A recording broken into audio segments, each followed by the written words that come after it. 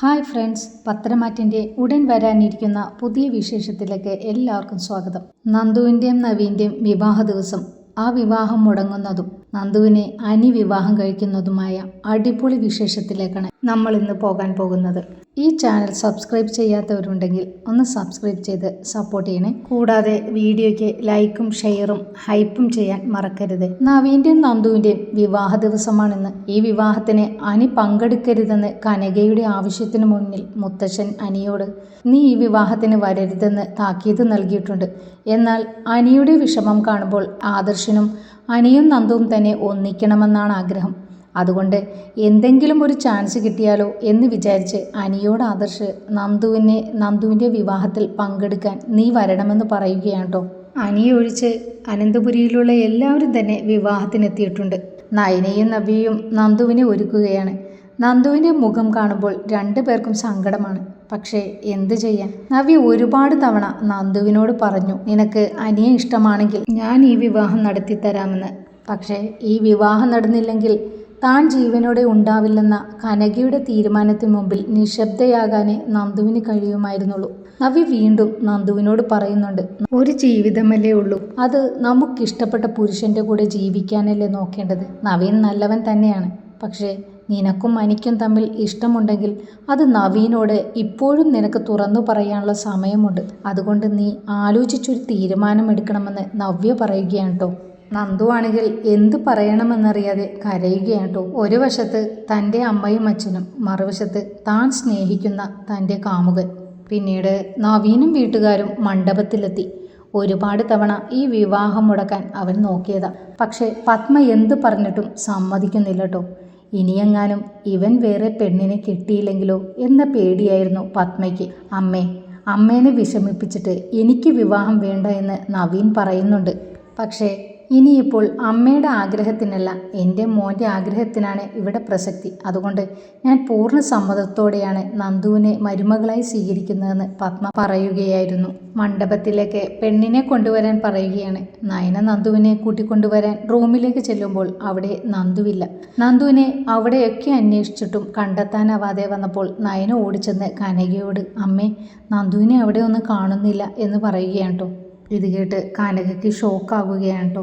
കാരണം അവളെ കാണുന്നില്ലെങ്കിൽ അനിയുടെ കൂടെ അവൾ ഒളിച്ചോടിയോ എന്ന ചിന്തയാണ് കനകയ്ക്ക്. കനകയ്ക്കും മാത്രമല്ല മുത്തശ്ശനും മുത്തശ്ശിക്കുമൊക്കെ അങ്ങനെ തന്നെയാണ് തോന്നുന്നത്. അനി ഈ കല്യാണത്തിന് ഉണ്ടാവേണ്ടതായിരുന്നുവെന്ന് കനക ആഗ്രഹിച്ചു പോവുകയാണ് കേട്ടോ.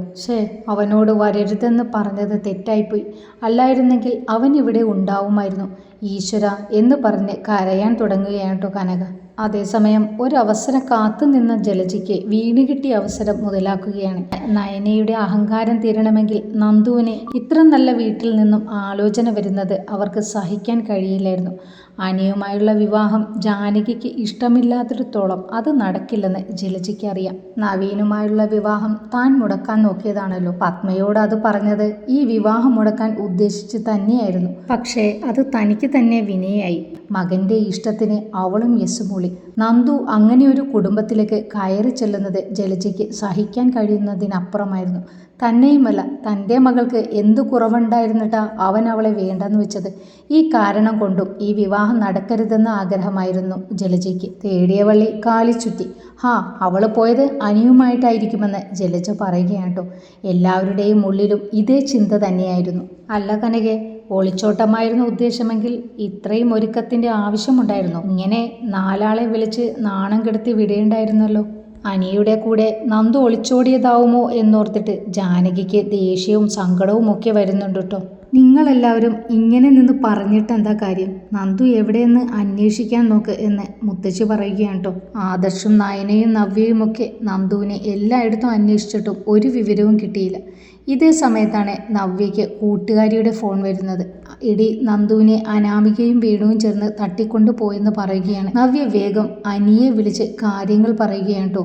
ഈ വിവാഹത്തിന് പങ്കെടുക്കാനായിട്ട് അനി വരുന്നതേ ഉണ്ടായിരുന്നുള്ളൂ. നന്ദുവിനെ കാണുന്നില്ലെന്നും അനാമികയും വേണുവും അവളെ പിടിച്ചുകൊണ്ടുപോയെന്നും പറയുകയാണ് ട്ടോ. പിന്നീട് നന്ദുവിനെ ഒരു സ്ഥലത്ത് കെട്ടിയിട്ടിരിക്കുകയാണ് ട്ടോ. അവൾക്ക് ബോധം വീണപ്പോൾ കുറച്ച് ആളുകളെ കാണുകയാണ്. നിനക്കൊക്കെ എന്താടാ വേണ്ടത്? എന്നെ എന്തിനാ ഇവിടെ കെട്ടിയിട്ടിരിക്കുന്നതെന്ന് നന്ദു ചോദിക്കുന്നുണ്ട്.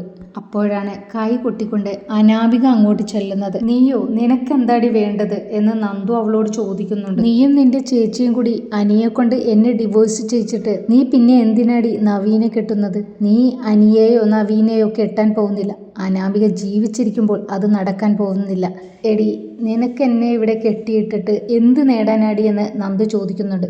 നിന്റെ വിവാഹം മുടങ്ങിയില്ലേ, എനിക്കത് മതി എന്ന് അനാമിക പറയുകയാണ്. നിന്നെ ആരും വിവാഹം കഴിക്കരുത്. ജീവിതകാലം മുഴുവനും നീ ഇങ്ങനെ നരകിച്ച് ജീവിക്കുന്നത് എനിക്ക് കാണണമെന്ന് അനാമിക പറയുന്നുണ്ട് കേട്ടോ. അനാമികയോട് അന്നാദ്യമായി നന്ദുവിനൊരിഷ്ടം തോന്നി. ഇവളൊരു കാര്യമെങ്കിലും തൻ്റെ ആഗ്രഹത്തിനൊത്ത് ചെയ്തല്ലോ. പിന്നെ നവീന് നിന്നെ കിട്ടാൻ പോകുന്നില്ലടി. ഞാൻ അതിനും സമ്മതിക്കില്ല. എൻ്റെ ജീവിതം നശിപ്പിച്ച അവൻ നിൻ്റെ കൂടെ അങ്ങനെ സന്തോഷത്തോടെ ജീവിക്കണ്ട. എൻ്റെ കയ്യിലെ കെട്ടഴിച്ചിട്ട് നീ സംസാരിക്കട്ടെ എന്ന് നന്ദു പറയുന്നുണ്ട്. ആ മണ്ടത്തരം ഞാൻ ചെയ്യുമെന്ന് നീ കരുതണ്ട. എന്തായാലും നിന്നെ ഇടിച്ചിടാനുള്ള കരുത്ത് ഇവന്മാർക്കുണ്ടെന്ന് ഞാൻ വിശ്വസിക്കുന്നില്ല. ഇതേ സമയം ആദർശും അനിയും അവിടെ എത്തുകയാണ്. ഒടുവിൽ നല്ലൊരു ഫൈറ്റ് അവിടെ നടക്കുന്നുണ്ട്. അങ്ങനെ നന്ദുവിനെ മോചിപ്പിച്ചുകൊണ്ട് ആദർശും അനിയും കല്യാണ മണ്ഡപത്തിലെത്തുകയാണ്. ഇവരുടെ കൂട്ടത്തിൽ അനിയെ കണ്ട് ജലജ പറയും, കണ്ടോ, ഞാൻ അപ്പോഴേ പറഞ്ഞില്ലേ രണ്ടും കൂടി ഒളിച്ചോടിയതാണെന്ന്. കനക ഓടി വന്ന് നന്ദുവിനോട് ചോദിക്കും, എടി, ഞങ്ങളെ അപമാനിക്കാനാണോടി നീ ഇവൻ്റെ കൂടെ പോയത്? അമ്മേ, നന്ദുവിനെ അനാമികയും അവളുടെ അച്ഛനും കൂടി തട്ടിക്കൊണ്ടു പോവുകയായിരുന്നു എന്ന് ആദർശ് പറയുകയാണ് കേട്ടോ. അതേ അമ്മേ, എൻ്റെ കൂട്ടുകാരി എന്നെ ഇക്കാര്യം വിളിച്ചു പറഞ്ഞതാണെന്ന് നവ്യയും പറയുന്നുണ്ട്. എന്തായാലും മുഹൂർത്തം കഴിയുന്നതിന് മുമ്പ് കല്യാണം നടക്കട്ടെ എന്ന് മൂർത്തി മുത്തശ്ശൻ പറയുകയാണ് കേട്ടോ. വേണ്ട, കണ്ടവൻ്റെ കൂടെ ഒളിച്ചോടിയ പെണ്ണിനെ കെട്ടാൻ എനിക്ക് കുറച്ച് ബുദ്ധിമുട്ടുണ്ടെന്ന് നവീൻ പറയുകയാണ് കേട്ടോ. ഇത് കേട്ട് എല്ലാവർക്കും ഷോക്കാവുകയാണ്. മോനെ, അങ്ങനെ പറയരുത്. എൻ്റെ നന്ദൂട്ടൻ അങ്ങനെ ചെയ്യില്ല. ഈ അച്ഛനെ അമ്മേനെ മറന്ന് അവൾ അവളുടെ സന്തോഷം തേടി പോവില്ല. വേണ്ട കനകെ, എൻ്റെ മോൻ പറഞ്ഞത് തന്നെയാണ് എനിക്കും പറയാനുള്ളതെന്ന് പത്മയും പറയുകയുണ്ടോ. നവീൻ ഈ കല്യാണത്തിൽ നിന്നും ഒഴിയാനായിട്ട് പറഞ്ഞതായിരുന്നു. ദൈവമായിട്ട് തനിക്കിങ്ങനെ ഒരു അവസരം തന്നല്ലോ. പിന്നെയും കനകയും ഗോവിന്ദനും നവീൻ്റെ കാല് പിടിക്കാൻ പോവുകയാണ്. അപ്പോൾ നവീൻ പറയും, അമ്മയും അച്ഛനും എന്നോട് ക്ഷമിക്കണം. എനിക്ക് നന്ദുവിനെ ഇഷ്ടമാണ്. പക്ഷേ നന്ദുവിനെ അനിയെയാണ് ഇഷ്ടം. അവർക്ക് രണ്ടുപേർക്കും പരസ്പരം ഇഷ്ടമുള്ളപ്പോൾ അവരുടെ വിവാഹമല്ലേ നടത്തി കൊടുക്കേണ്ടതെന്ന് നവീൻ ചോദിക്കുകയാണ്. ഒരു കാരണവശാലും അനിയുമായിട്ടുള്ള നന്ദുവിൻ്റെ വിവാഹം നടക്കാൻ പോകുന്നില്ലെന്ന് ഇത് കേട്ടു നിന്ന ജാനകി പറയുകയാണ് കേട്ടോ. അനി, നിനക്ക് നന്ദുവിനെ ഇഷ്ടമാണെന്ന് എനിക്കറിയാം. നിങ്ങളെ കുറച്ചു നാളൊന്ന് കളിപ്പിക്കണമെന്നേ ഞാൻ കരുതിയുള്ളൂ. പക്ഷേ കുറിയുമടിച്ച് ആളുകളെ വിളിച്ചു കഴിഞ്ഞാണ് അമ്മയ്ക്ക് സമ്മതമാണെന്ന് ഞാൻ അറിയുന്നത് തന്നെ. നിന്റെ പെണ്ണിനെ ഞാനിതാ നിനക്ക് എന്നെ വിട്ടു തന്നിരിക്കുന്നു. ഇത് കേട്ട് എനിക്ക് സങ്കടം വരുന്നുണ്ട് കേട്ടോ. എന്താടാ നോക്കി നിൽക്കുന്നത്? ദാ നിൽക്കുന്നു നിന്റെ പെണ്ണ്, കെട്ടട താലി എന്ന് പറയുകയാണ് കേട്ടോ. എന്നിട്ട് താലി എടുത്ത് നവീൻ അനിയുടെ കയ്യിൽ കൊടുക്കുകയാണ്. അനി എന്ത് ചെയ്യണമെന്നറിയാതെ മുത്തശ്ശനെ നോക്കുമ്പോൾ മുത്തശ്ശൻ പറയും, കെട്ടടന്റെ പെണ്ണാണ് നന്ദു. ഇനി ആരും അവകാശം പറഞ്ഞു വരില്ല. പിന്നെ അവൻ അജയനെ നോക്കും. അപ്പോൾ അജയനും ആംഗ്യം കാണിക്കുകയാണ്. അനി നന്ദുവിൻ്റെ കഴുത്തിൽ താലി ചേർത്തു. ഞാൻ സമ്മതിക്കില്ല. അനി, ഇവളെ വിളിച്ച് നീ വീട്ടിലോട്ട് വരാനാണ് ഉദ്ദേശമെങ്കിൽ ഞാൻ ആ വീടിൻ്റെ പടി ഇന്നിറങ്ങുമെന്ന് ജാനകി പറയുകയാണ് കേട്ടോ. പിന്നെ നീ കാണുന്നത് എൻ്റെ ശവമായിരിക്കും. അനി വല്ലാത്ത ധർമ്മസങ്കടത്തിലാവുകയാണ് കേട്ടോ.